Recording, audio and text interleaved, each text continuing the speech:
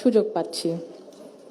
আজ আমরা যারা এখানে উপস্থিত, আমরা সবাই একরকম নয়। আমাদের আদর্শ আলাদা, অভিজ্ঞতা আলাদা, দৃষ্টিভঙ্গিও আলাদা। কিন্তু তারপরেও আমরা একসাথে বসেছি, আলোচনা করছি। কারণ আমরা সবাই দেশের জন্য, দেশের মানুষের জন্য ভাবছি। আর এই ভিন্নতা নিয়ে একসাথে কথা বলছি, একের পর এক শুনছি। এটাই গণতন্ত্রের আসল সৌন্দর্য। আমার আগে যারা সম্মানিত প্যানেলিস্টরা কথা বলেছেন, তাদের সবাইকে আন্তরিক ধন্যবাদ জানাই। আপনারা অনেক কিছু বলেছেন, হয়তোবা আমিও বলে ফেলবো। সো আমাদের একটা মাইন্ডসেটে আই থিঙ্ক সিমিলারিটি আছে। আমার খুব ভালো লেগেছে শুনে। আমি আজ এখানে দাঁড়িয়েছি ভিন্ন এক অনুভূতি ও আবেগ নিয়ে।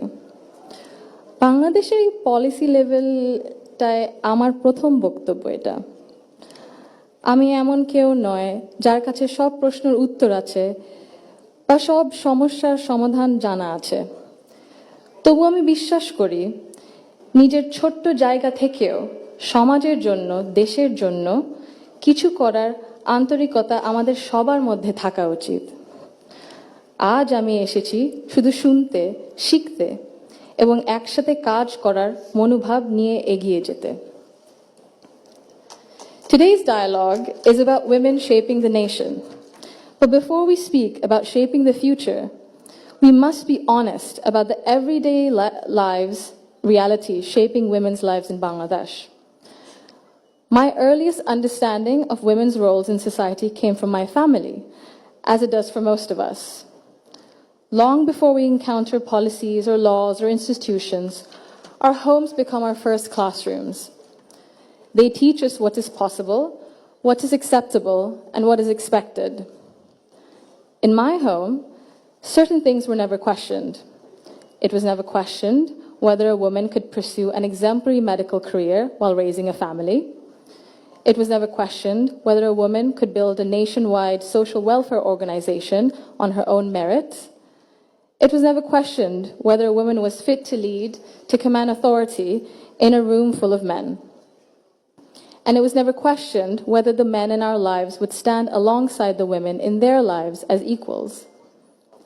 My mother continued to excel professionally as a cardiologist in government hospitals, often in patriarchal settings, because she had encouragement and support at home to balance both career and family. In 1979, my Nanu, Saida Iqbal Mandbanu, began using her own home to open a free elementary school for vulnerable and disadvantaged children. What began as a personal act of care grew into one of the earliest NGOs in Bangladesh, Shurubhi, creating meaningful and lasting change in young people's lives. The belief that women's dignity must be recognized both privately and publicly was also reflected in my grandparents' lives and leadership beyond our family.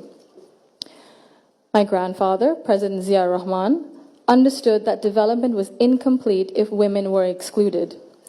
He saw women as capable contributors at home, at work, and in public life.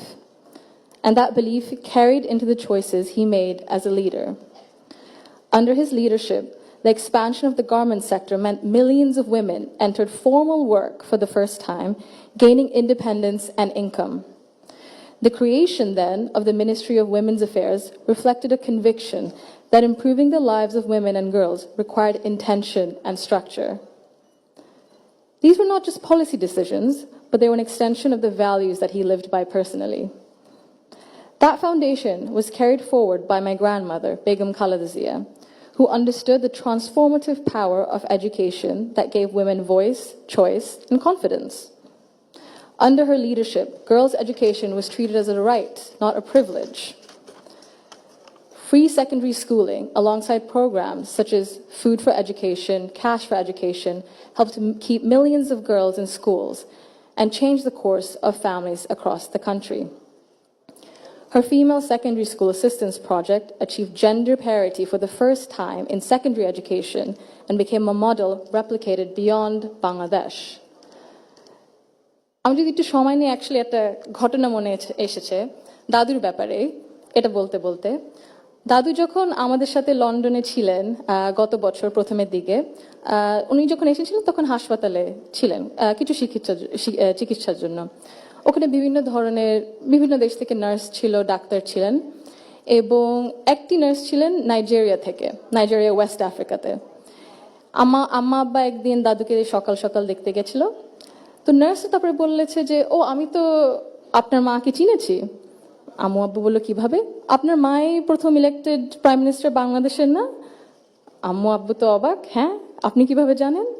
তো nurse তারপরে বললো যে, আপনাদের যে উনি যে এত কিছু করেছেন এই মেয়েদের শিক্ষার জন্য, specially primary education, food for education, cash for education, এগুলো আমাদের সরকার ওই 35-30 বছর আগে দেখে ইমপ্লিমেন্ট করেছিল। আর ওই কারণে লক্ষ লক্ষ মেয়েরা গ্রাম অঞ্চলে, ওদের দেশে গ্রাম অঞ্চলে বিভিন্ন জায়গা সদরে এখনো শিক্ষা পাচ্ছে, অন্তত প্রাইমারি এডুকেশন লেভেলে। সো ভাবলাম একটু শেয়ার যদি করি, এখানেই করবো আপনাদের সাথে। জি। She also understood that education alone was not enough if women were not supported to remain in public and economic life. Supporting women to access credit, build livelihoods, and grow small businesses mattered. So did recognizing the realities of motherhood, of childcare, and that required systems being strengthened around maternity leave and childcare, which she did. That is because women were made to choose between family and participation in the economy. For me, these legacies show the values that I saw both reflected at home and in public. I was privileged to grow up surrounded by exceptional women, confident, capable, and accomplished. I was equally fortunate to have male role models, including my father and my grandfather, who valued those women and never felt threatened by their strength or ambition. In fact, the four most important people in my father's life, in my opinion, have been women for decades. And he has treated them with deep respect and reverence, not as an exception, but as the norm. Because of this, I grew up with what I now recognize was a skewed understanding of society. Living between Bangladesh and the UK taught me something important. Policies and access alone do not create equality. You can expand education, pass laws, set national targets, but if social norms and daily expectations and mindsets remain unequal, empowerment remains fragile. This is not about overt discrimination. Inequality often survives through habit and comfort, through what feels normal. In Bangladesh, women still perform around 85% of unpaid household and care work, spending over 7 times as many hours as men on this labor each day. This work is valued at 19% of our GDP and remains largely invisible in economic planning and national decision-making. This makes something very clear. Gender equality is not a women's issue, it is an economic and national issue.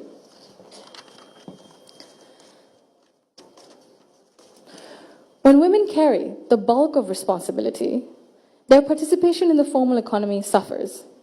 Despite significant gains in girls' education, women's labor force participation in Bangladesh remains below 40% compared to over 80% for men. Women are far more likely to step back from paid work after marriage or childbirth, not because they lack ability or ambition, but because systems assume they will absorb the cost. This imbalance begins early. Girls are expected to adjust their ambitions around family needs, while boys are rarely taught that responsibility and care are shared obligations. Over time, this became structural and progress stalls. Women are already leaders, and many of those leaders are in this room today. Women who have carried institutions, families, movements, and communities forward, generation after generation. Bangladesh's progress bears your fingerprints, even when history has not always said your name out loud. This brings me to a central point. Belief means nothing without action. To the men among us, our fathers, our brothers, our sons, our husbands, our colleagues and friends, your support for women's rights matters. Your celebration of women's success matters, but equality cannot survive on words alone. If systems and expectations continue to rely on women's sacrifice as the default, inequality continues comfortably. Fathers, in particular, I believe, have a unique role in breaking this cycle. I'm an only child, and I never was once made to feel that my parents wished for a son instead. My father once scolded someone for even asking that question. He understood that while I was treated with respect and care at home, the world outside would not always be the same. So he made sure that I could navigate it with confidence. What shaped me were not his speeches, but his consistency. Through his daily choices, he showed me what I should expect from the world. This is how change becomes sustained. When men confront in our lives, in our homes, unconscious bias honestly and model their behavior through respect and action, they create space for women not just to survive, but to thrive. In Bangladesh, the cost of inaction is visible. Girls' dropout rates sharply rise during adolescence. Women in public life, in leadership, face harsher judgment. In Bangladesh alone, there's a statistic that 78% of women have faced harassment online, primarily from Facebook. Education and opportunity collapse if inequality at home and in mindset remains untouched. And for a country facing climate change, economic and political transition, demographic pressure, Bangladesh cannot afford to sideline half its population through exhaustion and social expectation.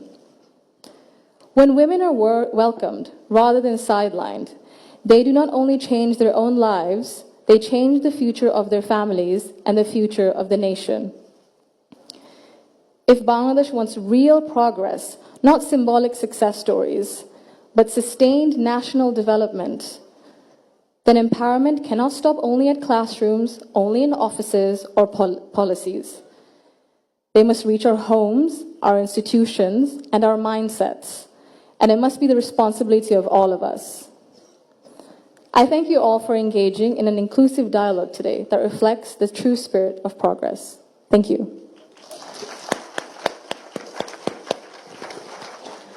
Thank you so much for your valuable opinion and remarks, Barrister Jaima Rahman. May I kindly request you to be seated on the stage with us.